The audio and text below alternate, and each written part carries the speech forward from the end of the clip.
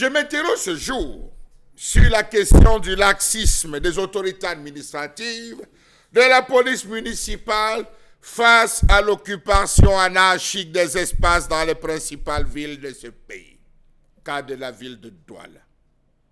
Comment comprendre ce qui arrive dans ce pays et dans nos principales villes? Superposition de boutiques, superposition de commerce, superposition d'activités, commerce à tout vent, les rues absorbées par des commerces, les trottoirs envahis par des individus à nul autre pareil. Douala est devenu laid et sale. Le paysage urbain de la ville de Douala est envahi depuis des années par un ensemble d'activités économiques qui n'auraient pas trouvé place ailleurs. Impossible de circuler dans cette métropole de 3 millions d'habitants sans voir les vendeurs ambulants. Voilà l'axe de la douche, monsieur le préfet. L'axe de la douche. À quoi ressemble l'axe de la douche, monsieur le gouverneur? À quoi ressemble cet axe? Marché Congo.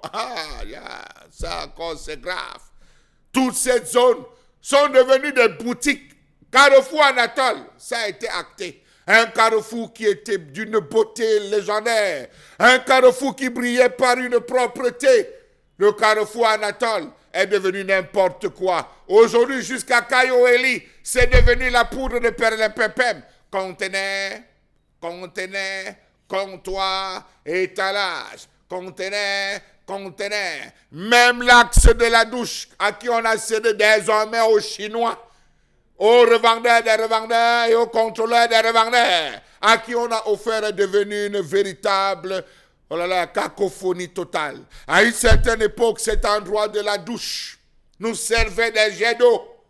C'était un endroit où tous venaient se filmer. C'était un coin de plaisir, un coin de retrouvailles, où ceux qui venaient de se marier allaient se retrouver histoire de se détendre. Ce boulevard qui perçait littéralement était propre des deux côtés. Hélas, aujourd'hui, des kiosques sont là, les vendeurs ambulants sont là, des détaillants sont là. Tous ceux qui ont des activités sur cet axe ne parviennent même plus à stationner leur véhicule.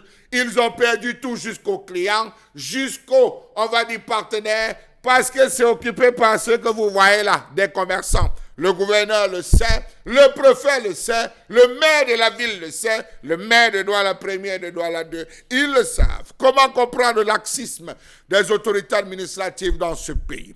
Comment comprendre l'assaut que les populations de la ville de Douala portent sur les espaces publics pour mener leurs activités commerciales? Lorsqu'on y arrive à Douala pour la première fois, on est obligé de descendre là-bas pour ceux qui viennent de Yaoundé. Il y a une panoplie d'agences. Et ceux qui vont dans la zone du Septentrion, il y a une panoplie d'agences. On descend dans le désordre. On s'assied dans le désordre. On déjeune dans le désordre parce que sur la route, ceux qui font le pain, œufs, piment, mayonnaise, ils sont là sur la chaussée. Ils bougent d'un cran avec les forces de maintien de l'ordre qui accompagnent la police municipale. Les activités commerciales sont là. Vente de produits vivriers, des vêtements, des chaussures, du petit matériel de quincaillerie électronique, la pharmacie de poteaux, la librairie de poteaux, l'implantation des boutiques amovibles. Là, sur le coin de la douche, derrière, on a les gros grossistes. Au milieu, on a les détaillants, semi-détaillants. Et en route, on a les petits détaillants. Gros comme grossistes, semi-détaillants et détaillants. Voilà là où on se retrouve dans un pays, on occupe tout.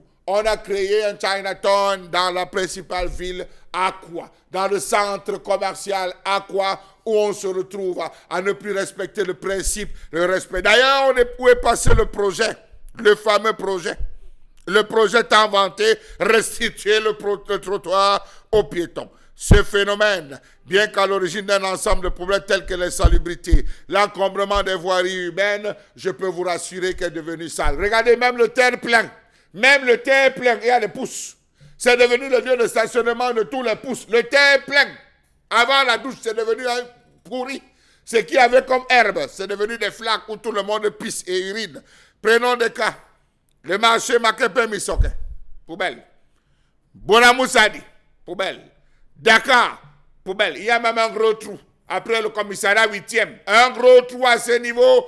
Les commerçants ont déjà réduit la route, donc il faut klaxonner pour qu'on enlève le comptoir. Dokoti, poubelle. Grand Hangar, poubelle. New Daido, l'axe qu'on venait de faire avec les pavés, on a aménagé cette route pensant aider le stade. Poubelle, le marché a tout pris dans ce côté. De temps en temps, on klaxonne, on raquette. Voilà donc un ensemble de lieux qui sont carrément faits le long du trottoir et sur la voie publique. Malgré permission que vous ne circulez plus. Les spécialistes du Mekong, Desting, Greffe sont installés sur les emprises publiques au carrefour Anatole et Mbopi. Aïe, pour Mbopi, alors, c'est la catastrophe. Catastrophe phénoménale. Douche municipale. On a l'implantation des commerçants le long de cette avenue. Que fait le gouverneur? Rien. Que fait le préfet? Rien. Que fait le sous-préfet? Rien. Que fait le maire de la ville? Rien. Puis devant ces espaces, il y a des infrastructures qui méritent respect, mais hélas, les emprises publiques sont gérées pour et par les autorités administratives. À telle enseigne que ce soit les nids des brigands et repris de justice.